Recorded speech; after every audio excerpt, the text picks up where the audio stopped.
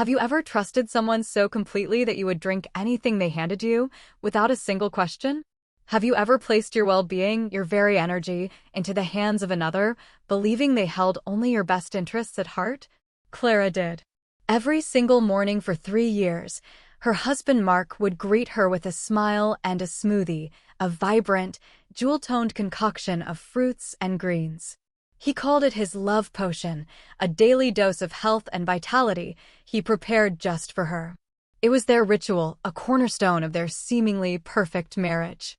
The whir of the blender was the first sound she heard each day, a mechanical hum that promised care, devotion, and a healthy start. Mark would pour the thick liquid into a tall, chilled glass, always with a sprig of mint on top.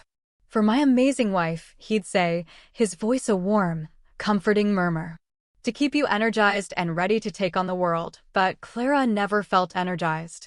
She felt muted. A persistent, heavy fog clung to the edges of her mind, making thoughts slow and sticky. Her ambition, which once burned like a brilliant flame, had dwindled to a pilot light, barely flickering. She had been a star marketer before she met Mark, known for her sharp wit and relentless drive. Now she struggled to get through the day. She was tired. A deep, bone-weary exhaustion that no amount of sleep could fix. She would describe the feeling to Mark, her words fumbling and imprecise.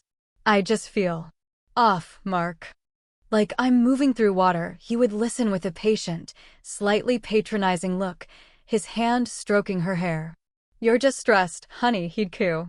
"You take on too much. That's why I make you these smoothies. To help you cope. Just relax, let me take care of you." And she did.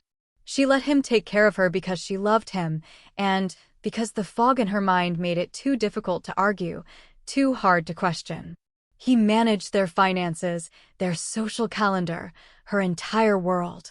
He gently discouraged her from returning to work after they married. "You deserve a break," he'd insisted. "I can provide for us.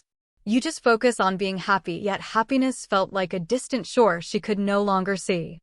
The world Mark had built for her was beautiful, a pristine house with polished floors and a garden full of roses, but it felt like a cage, gilded and silent. Her days were a blur of lethargy, small tasks left unfinished, ideas dissolving before they could fully form. The smoothies continued, a rainbow of colors, deep purple with berries, vibrant green with spinach and kale, sunny orange with mango and citrus. Each one was a testament to his care, and each one seemed to push her further down into the soft, suffocating haze. The doubt was a tiny seed planted in the muddy soil of her mind. It was small, almost imperceptible, but it was there. It was in the way Mark's eyes would tighten almost imperceptibly when an old colleague would call to ask for her input on a project. It was in the way he would answer for her at parties, painting a picture of a contented housewife who had happily left her demanding career behind. "She's in her element now," he'd say with a broad smile, squeezing her shoulder. "Aren't you, sweetheart?" She would nod, the effort to form a dissenting word feeling monumental. The seed of doubt was watered by these small moments of dissonance, these tiny cracks in the perfect facade of their life. She started noticing things, or perhaps she was just starting to allow herself to notice. The way he meticulously measured powders from opaque, unlabeled containers into the blender each morning. When she asked what they were, he'd wave a dismissive hand. "Just protein powder, some vitamin C. The good stuff. Don't worry your pretty little head about it." The doubt grew, but it had no light, no air. It was trapped beneath the fog, a silent, desperate scream in a soundproof room. She felt like she was losing her mind, becoming a paranoid, ungrateful wife. He was a good husband, wasn't he? He cooked for her, he provided for her, he told her he loved her every single day. This exhaustion, this mental slowness, it had to be her own failing. It was her own weakness. And so she kept drinking the smoothies, hoping one day she would wake up and feel the energy he promised, the vitality he swore was swirling in that chilled glass. She drank his love, and with every sip, she felt a little more of herself disappear. The routine was unbreakable, a law of their household. Until one Tuesday morning in late autumn, when the world tilted on its axis. The first sound Clara heard was not the familiar whir of the blender, but the jarring, intrusive chirping of birds outside the window. Sunlight streamed through a gap in the curtains, falling across her face. It was bright. Too bright. She sat bolt upright in bed, a jolt of pure adrenaline, sharp and unfamiliar, cutting through the usual morning haze. The space beside her was empty, but the indentation on Mark's pillow was still fresh. She looked at the clock. 9:17. She hadn't slept past 7 in years. A wave of panic washed over her, followed by a strange, startling sense of clarity. The fog was still there, but it was thinner, like a morning mist beginning to burn away under a strong sun. She swung her legs out of bed, her movements feeling surprisingly fluid, less like she was wading through water and more like she was simply walking. The house was utterly silent. She crept out of the bedroom and down the stairs. In the kitchen, a scene of minor chaos. A half-empty glass of whiskey sat on the counter next to an open laptop displaying a spreadsheet. Mark's briefcase was slumped against a chair. And on the floor, by the hallway, was Mark himself, fast asleep and fully dressed in yesterday's suit, his tie askew. He was snoring softly, oblivious. He had come home late and passed out. He had slept in. He hadn't made the smoothie. Clara stood frozen in the center of the kitchen, her heart hammering against her ribs. She looked from her sleeping husband to the silent, gleaming blender on the counter. The ingredients were laid out beside it, a still-life painting of his morning ritual, a handful of spinach, a scoop of frozen berries, a banana, and 2 small, unlabeled jars filled with fine white powder. It was the powders that held her gaze. They were always there, yet she had never truly seen them before. In the clear light of this anomalous morning, they looked alien, sinister. The seed of doubt, which had been growing in the dark for so long, burst through the surface with violent force. The what-if that she had suppressed for years screamed in the sudden silence of her mind. What if he wasn't helping her? What if he was hurting her? A cold dread, sharp and sobering, settled in her stomach. Her hands were shaking, but her mind felt astonishingly clear. She knew what she had to do. This was her one chance, a window of opportunity opened by a simple, drunken mistake. She moved with a purpose she hadn't felt in ages. She found a clean, empty water bottle in the recycling bin, washing it meticulously with hot water and soap, her hands scrubbing away years of passive acceptance. Then, she walked back to the counter and replicated his process. She added the spinach, the berries, the banana. Her hand hovered over the 2 jars of powder. Her breath hitched. With a trembling finger, she scooped a small amount from each, exactly as she'd seen him do countless times, and dropped them into the blender. She added a splash of almond milk and pressed the button. The familiar whir filled the kitchen, but today it sounded like a warning siren. She poured the thick, purple liquid into the bottle, screwed the cap on tight, and wiped the blender clean, leaving no trace. She wrapped the bottle in a dish towel and hid it deep within her purse, a secret, ticking bomb. She looked at Mark one last time, his peaceful, sleeping face a mask of deception. The man she loved, the man who had promised to take care of her, was a stranger. And for the first time in a very long time, Clara felt a flicker of her old self returning, not the tired, foggy woman he had created, but the sharp, determined woman who was about to uncover the truth.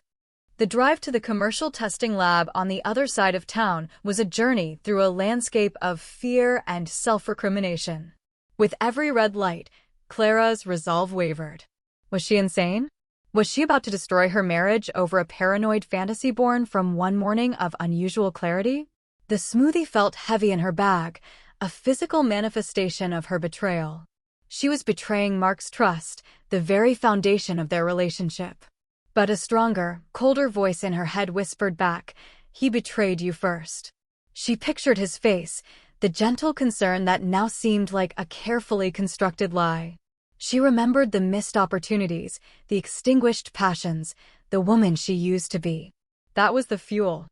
She parked the car and walked towards the building, a sterile concrete block with tinted windows. Inside, the air was cool and smelled of antiseptic. A young woman with bored eyes sat behind a high counter, barely looking up from her phone. "Can I help you?" she asked, her tone flat. Clara clutched her purse, her throat suddenly dry. I need something tested," she stammered, feeling small and foolish. "It's a food item," the receptionist sighed, a puff of put-upon air. "We mostly do industrial materials testing. You'd need to fill out a chain of custody form. Do you have a business account?" "No, it's personal," the word hung in the air, sounding pathetic to her own ears. The receptionist's gaze flickered over Clara, taking in her simple clothes and nervous demeanor, and dismissed her. "Personal toxicology is usually handled through a medical facility. We require a formal request from a physician or a legal entity. Company policy." It was a wall. A dead end. The cynical gatekeeper, indifferent and dismissive, was about to send her home, back to the fog. For a moment, Clara's fragile confidence crumbled. She was about to turn and leave, to let the doubt win. But then, a figure emerged from a door behind the reception desk. A woman in a white lab coat, her hair pulled back in a neat bun, with sharp, intelligent eyes that seemed to miss nothing. This was Dr. Eris Thorne, a senior chemist at the facility. She was overworked, buried in paperwork for a corporate client, and had only come out for coffee, but she paused, her attention caught by the palpable distress radiating from the woman at the counter. "Is there a problem here, Janice?" Dr. Thorne asked, her voice calm and authoritative. The receptionist, Janice, rolled her eyes. "She wants a smoothie tested." Personal. Dr. Thorne looked at Clara, and for the first time that day, someone truly saw her. She didn't see a paranoid housewife. She saw desperation etched into the lines around her eyes, a tremor in her hands that spoke of more than just nerves. She saw a story. "Let's go to my office," Dr. Thorne said, her words cutting through the receptionist's dismissal. "We can talk there." In the small, cluttered office, surrounded by charts and beakers, Clara felt a sliver of safety. Dr. Thorne sat opposite her, her expression unreadable but attentive. "Tell me why you're here," she said simply. And so, the story tumbled out.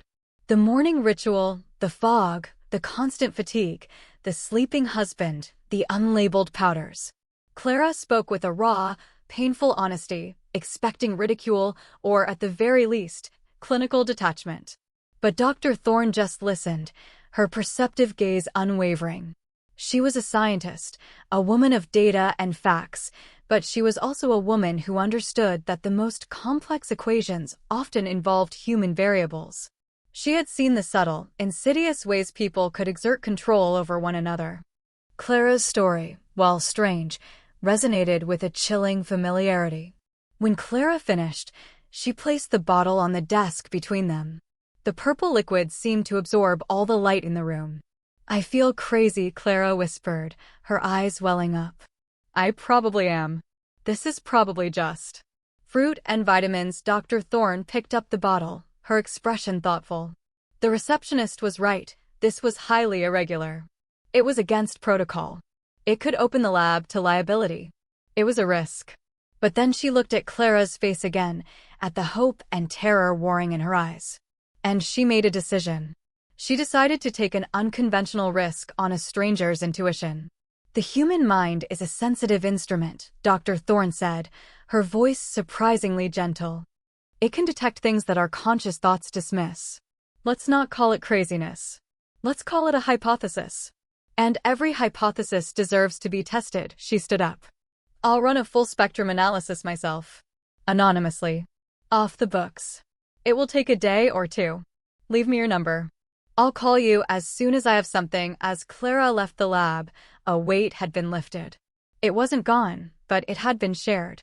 She had been seen, heard, and validated. For the first time, she wasn't alone in her doubt. She had found a catalyst, a perceptive authority who was willing to look past the rules and see the human being in front of her. The next 48 hours were a masterclass in deception. Clara moved through her life with Mark like an actress in a play, every line rehearsed, every movement calculated. When he woke up that first afternoon, groggy and hungover, she was the picture of wifely concern. "You must have been exhausted, honey," she said, handing him a glass of water. "You worked so hard." He was apologetic, embarrassed. "I'm so sorry, Clara. I didn't even make your smoothie." "It's okay," she replied, her voice smooth as silk. "I felt fine." Maybe I'm finally turning a corner. A strange, fleeting expression crossed his face, not relief, but something else. Something she couldn't quite name. Annoyance? Disappointment? It was gone in a second, replaced by his usual caring smile. "That's great, sweetheart. But we should stick to the routine. It's what keeps you balanced." The next morning, the whir of the blender returned. He handed her the glass, a vibrant green this time. She took a small, performative sip, smiled at him, and then poured the entire thing down the sink the moment he left for his shower. She filled the glass with water and drank that instead. The difference was immediate and staggering. The fog was receding, minute by minute. Thoughts connected with a satisfying click. Colors seemed brighter, sounds sharper. It was like a thick curtain was being slowly drawn back from the window of her mind, revealing a world she had forgotten existed. With this newfound clarity came a terrifying, sickening certainty. She wasn't crazy. She was right. The phone rang on the second afternoon. It was an unknown number. Her heart leaped into her throat. "Clara? It's Dr. Thorne. Can you come to the lab?" Now, the doctor's voice was tight, stripped of its earlier gentleness. It was pure, unadulterated urgency. There was no room for questions. "I'm on my way," Clara said, her own voice a hollow echo. The drive was a blur. Dread was a cold, heavy stone in her stomach. She was racing toward a truth she had sought, but a part of her desperately wanted to turn back, to unknow what was about to be known. She found Dr. Thorne waiting for her not in her office, but in a small, sterile conference room. A single sheet of paper lay on the table. Dr. Thorne's face was grim, the professional mask replaced by one of profound, human anger. "Sit down, Clara," she said, her voice low. Clara sat, her hands clenched in her lap. "We found it," Dr. Thorne began, pushing the paper across the table. It was a lab report, a series of chemical names and percentages that meant nothing to Clara. Dr. Thorne began to translate. "Your smoothie contained a significant amount of benzodiazepine. It's a class of sedative. In the dosage you were consuming daily, it wouldn't knock you out completely. But it would absolutely cause the symptoms you described: chronic fatigue, confusion, memory impairment, emotional blunting.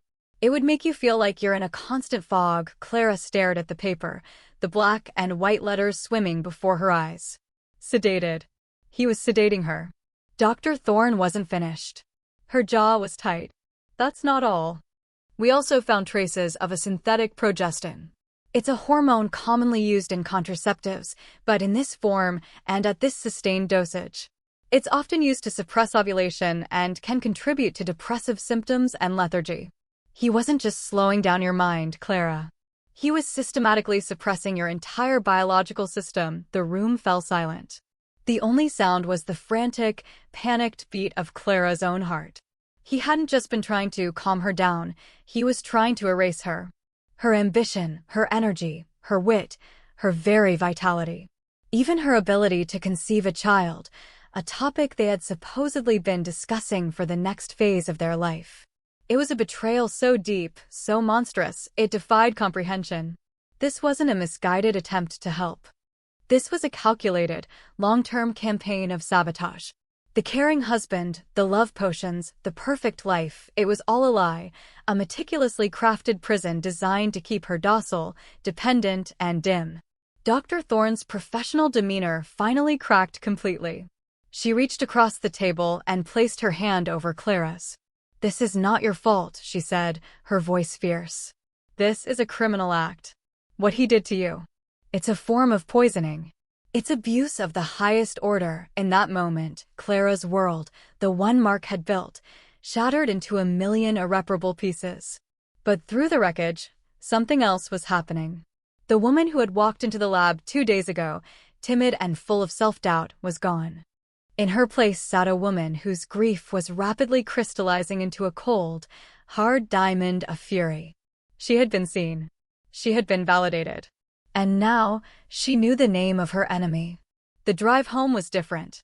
The dread was gone, replaced by an icy resolve that flowed through her veins like a new, powerful kind of blood.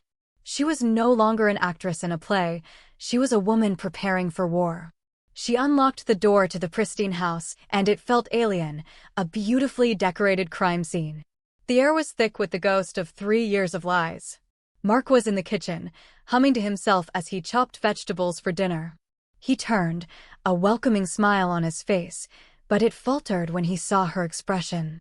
"Clara? You're home early. Everything okay?" he asked, his brow furrowed with that same feigned concern she now saw so clearly.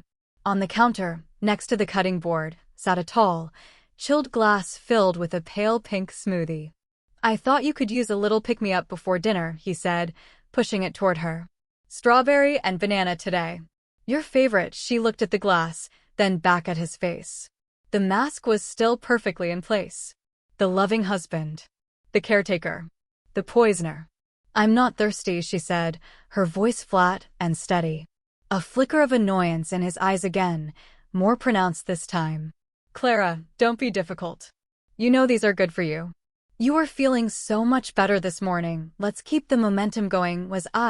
She asked, her voice dangerously quiet. "Was I feeling better, Mark? Or was I just feeling what it's like to not be drugged?" The smile vanished from his face. The air crackled with tension. "What did you just say? Drugged?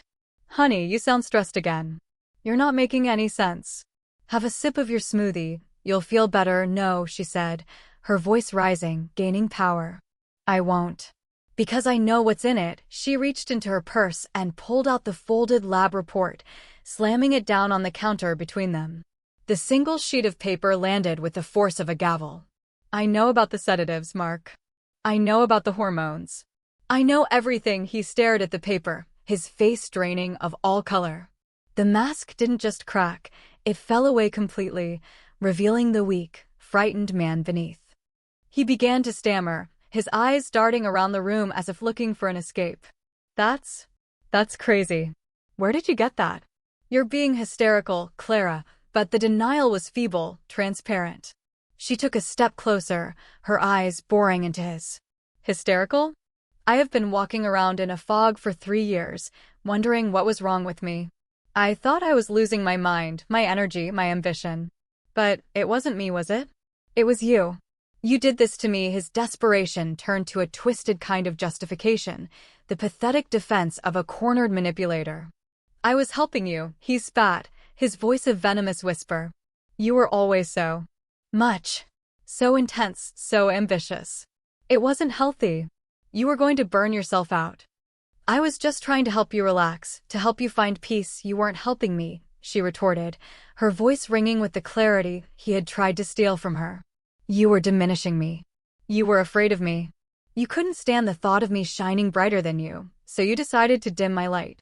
You drugged me to make me smaller, to make me manageable, to make me fit into this tiny little box you built for me." The truth of her words hung in the air, undeniable and ugly. He had no defense against it. He had wanted a beautiful, placid accessory, not an equal partner. He saw her brilliance not as something to celebrate, but as a threat to his own fragile ego. He hadn't just been a cynical gatekeeper, he had been the architect of her prison.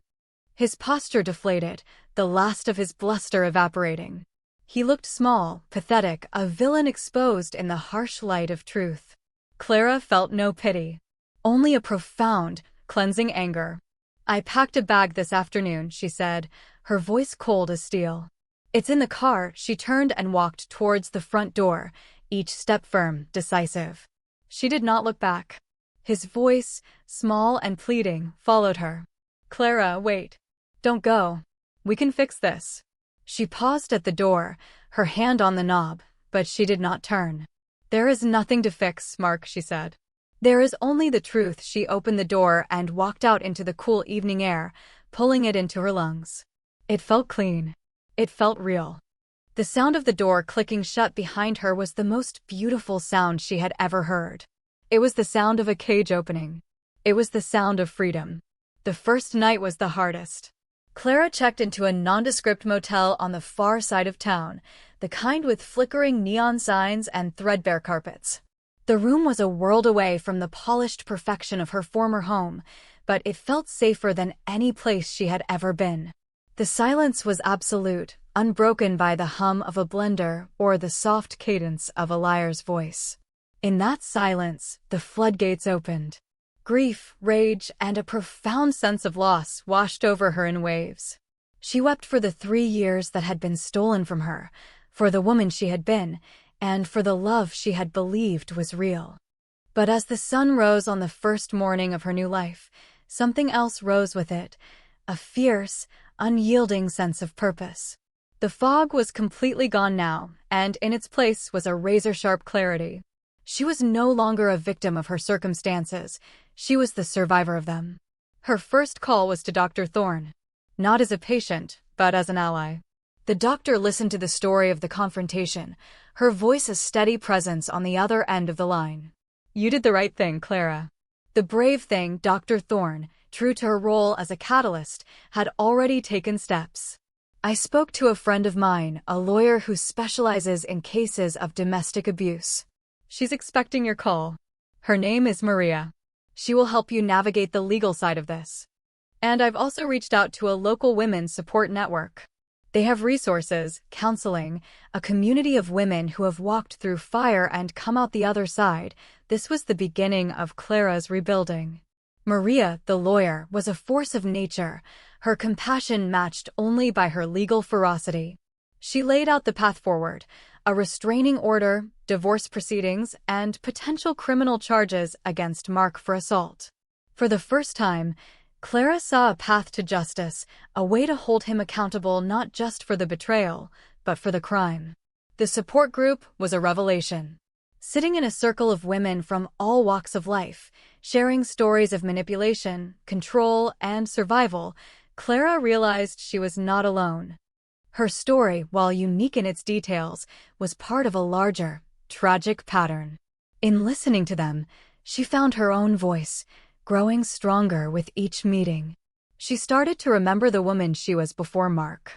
She dug out her old marketing portfolios, the campaigns she had designed, the brilliant ideas she had brought to life. Looking at them was like greeting an old friend. The ambition he had tried to extinguish was still there, an ember buried under the ash, waiting for a breath of air to be rekindled. She began to see Mark's sabotage in everything. He had isolated her from her professional network, subtly criticizing her ambitious friends, praising the ones who had chosen quieter, domestic lives. He had managed their finances with an iron fist, giving her an allowance that made her feel like a child, ensuring she had no financial independence. It was a web of control so intricate, so masterfully woven, that she could have been trapped in it forever. But now the spider was exposed, and she was breaking free, thread by thread. Her mind, now clear and sharp, was buzzing with ideas again. The world no longer felt overwhelming, it felt full of possibility. The lethargy was replaced by a restless energy, a hunger to create, to build, to reclaim the time she had lost. She was not just surviving, she was preparing to thrive. Dr. Eris Thorne found herself deeply changed by Clara's case. As a scientist, she had always viewed her work through a lens of objective data. But Clara's story had forced her to see the human narrative behind the chemical compounds. She began to wonder how many other women had come through hospitals and clinics with vague symptoms of fatigue, depression, and anxiety.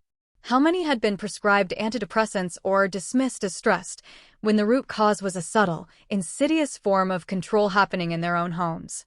Her role as a catalyst evolved. She was no longer just a scientist who had run a test. She became an advocate. She used her authority and reputation to develop a new protocol at her clinic, a more holistic screening process for patients presenting with chronic, unexplained symptoms, one that included discreet questions about their home life and relationships. She called it the Clara Initiative. During one of their now regular coffee meetings, Dr. Thorne spoke about her new project, her eyes alight with passion. Clara listened, inspired by how her own story could become a force for good. And as she listened, an idea began to form in her own mind, an idea born from the ashes of her pain. "He used something meant for health to control me," Clara said, her voice thoughtful. He turned something wholesome into a weapon. What if? What if I could reclaim that? What if I could create something that was the complete opposite of what he did? The idea blossomed. A wellness company built on a foundation of radical transparency. A line of smoothies and health products where every single ingredient was clearly listed, its purpose explained. No secret powders, no hidden agendas.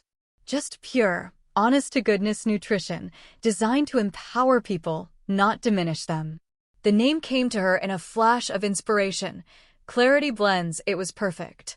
It was everything she had fought for. She explained her vision to Dr. Thorne, her voice filled with a passion the doctor had not heard before. She outlined a business plan, marketing strategies, product ideas. The sharp, driven marketer was back, more focused and more determined than ever. Dr. Thorne watched her, a slow smile spreading across her face. She saw the brilliance that Mark had been so terrified of. "It's a fantastic idea, Clara," she said. "But starting a business takes capital." Clara's face fell slightly. Mark controlled all their joint assets, and the legal battle would be long. "I know," she said. "It's just a dream for now." "No," Dr. Thorne said, her voice firm. She opened her checkbook. "Some hypotheses are so compelling, they demand investment. I was the first person to believe your intuition. Let me be the first person to believe in your vision." With that act of faith, the perceptive authority figure completed her arc, moving from a passive observer to an active partner in Clara's empowerment. The dream was no longer a dream. It was a plan. With seed money from Dr. Thorne and a small business loan secured with the help of her support network, Clarity Blends was born. The months that followed were a whirlwind of relentless work. Clara poured all of her reclaimed energy into her new venture. She sourced organic ingredients, consulted with nutritionists, and designed minimalist, transparent packaging. Her small apartment, a far cry from the soulless perfection of her marital home, became a bustling headquarters, filled with sample jars, laptops, and the constant, joyful whir of a blender, a sound she had reclaimed and made her own. Her story became her brand's foundation. She was unflinchingly honest about her experiences, sharing her journey in blogs and at local women's events. She spoke not as a victim, but as a founder whose mission was forged in fire. Her vulnerability was her strength, and it resonated deeply. People didn't just buy a smoothie. They bought into a movement of honesty and empowerment. Clarity Blends launched online and through a partnership with Dr. Thorne's clinic and several local health food stores. The response was immediate and overwhelming. Women and men who felt unheard, overlooked, or simply tired of the deceptive marketing in the wellness industry flocked to her brand. They trusted her because she had trusted her own intuition against all odds. Meanwhile, the legal battle with Mark reached its conclusion. Faced with the irrefutable evidence from the lab report and testimony from Dr. Thorne, he crumbled. The legal system, so often a blunt instrument, worked. The divorce was finalized, with a judgment heavily in Clara's favor due to the criminal nature of his abuse. He lost the house, a significant portion of his assets, and his reputation. The final image of Mark was not of a powerful, controlling husband, but of a diminished man, leaving the courthouse alone, his shoulders slumped in defeat. The cynical gatekeeper who had tried to lock her away was left with nothing while she was building an empire. The official launch party for Clarity Blends was held in a bright, airy event space filled with friends, supporters, and local media. Dr. Thorne was there, beaming like a proud parent. The women from her support group were there, cheering her on. Maria, her lawyer, was there, raising a glass to justice. Clara stood at a small podium, a bottle of her signature green smoothie in hand. She was no longer the timid, foggy woman who had stumbled into a lab months ago. She was radiant, her eyes clear, her voice steady and strong. "For years, I was told that my exhaustion was my fault, that my ambition was a problem to be managed," she said, her voice filling the room. "I was handed a lie in a beautiful glass every morning. But a small voice inside me, a voice I had almost forgotten, refused to be silenced. That voice is our intuition. It's our greatest strength. Today, this brand, Clarity Blends, is my promise to you. A promise of transparency, a promise of honesty, and a promise that we will always help you listen to that voice, to fuel your body and your mind, so that you can be unapologetically, brilliantly, you. The room erupted in applause. It was a cathartic climax, the final, definitive victory of her underdog-to-hero arc. She had not only escaped her prison, she had transformed it into a platform of empowerment for countless others. Her intrinsic worth was finally and publicly validated. The story ends here, but it also begins. We see Clara months later in the bustling headquarters of her growing company. Laughter fills the air. Ideas fly across whiteboards. She is a leader, a mentor, a success. She is vibrant, happy, and surrounded by a community built on the trust and respect she was once denied. She has not only reclaimed her life, she has built a better one. The moral of her journey is woven into every bottle she sells. The deepest betrayals can come from the hands we trust the most, but the deepest strength comes from trusting ourselves. That quiet, persistent whisper of intuition inside you is the truest compass you will ever have. It may be telling you that you are tired, that something feels wrong, that you are worth more than you are being told. Do not ignore it. Do not let anyone, no matter how much you love them, dim your light to make their own world feel brighter. Your potential is not a problem to be managed. It is a gift to be unleashed. If this story touched your heart, share it with someone who needs to be reminded of their own inner strength. Comment below and tell us about a time you trusted your intuition and it led you to the truth. Because sometimes, the most powerful thing you can do is listen to that quiet voice and take the first step toward your own clarity.